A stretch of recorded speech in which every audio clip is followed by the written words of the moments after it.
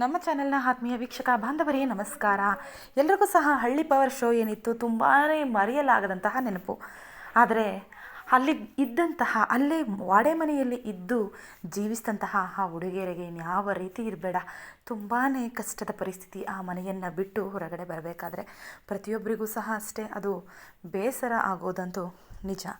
ಆದರೆ ವಾಡೆ ಮನೆಯಲ್ಲಿ ಜೀವಿಸಿದಂತಹ ಪ್ರತಿಯೊಬ್ಬರೂ ಸಹ ತಮ್ಮ ಎಲ್ಲ ನೆನಪುಗಳನ್ನು, ತಮ್ಮ ಎಲ್ಲ ಥಿಂಗ್ಸ್ಗಳನ್ನು, ತಮ್ಮ ಎಲ್ಲ ಟ್ರೋಫಿಗಳನ್ನು, ತಾವು ಪಡೆದಿದಂತಹ ಎಲ್ಲ ಒಂದು ಏನು ನೆನಪಿತ್ತು ಪ್ರತಿಯೊಂದನ್ನು ಸಹ ಆ ಜಾಗದಿಂದ ಖಾಲಿ ಮಾಡಿ ಎಲ್ಲವನ್ನೂ ಸಹ ಎತ್ಕೊಂಡು ತನ್ನ ಮನೆಗೆ ವಾಪಸ್ ಹೋಗಬೇಕಾದ್ರೆ ಎಲ್ಲರ ಮುಖದಲ್ಲೂ ಬೇಸರ.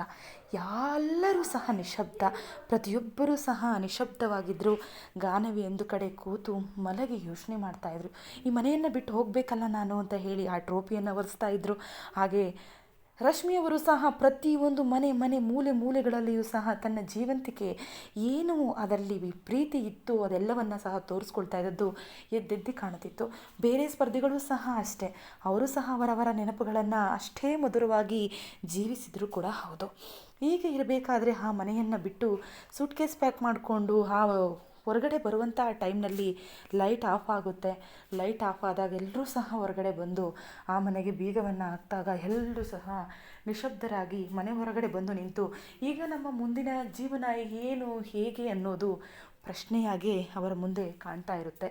ಈ ಪ್ರಶ್ನೆಗೆ ಈಗ ಪ್ರತಿಯೊಬ್ಬರೂ ಸಹ ಇವಾಗ ಟಾಸ್ಕ್ ಎಲ್ಲವೂ ಸಹ ಕಂಪ್ಲೀಟ್ ಆಯಿತು. ಒಬ್ಬರಿನ್ನೊಬ್ಬರು ಎಲ್ಲರೂ ಸಹ ಭಾರದ ಮನಸ್ಸಿನಿಂದ ಬಿಟ್ಕೊಡ್ಬೇಕು. ರಶ್ಮಿ ಮತ್ತು ಗಾನವಿ ಸಹ ಅವರೂ ಸಹ ಒಳ್ಳೆಯ ಸ್ನೇಹದೊಂದಿಗೆ ಮತ್ತೆ ಅವರ ಮನೆಗೆ ವಾಪಸ್ಸಾಗಿದ್ದಾರೆ.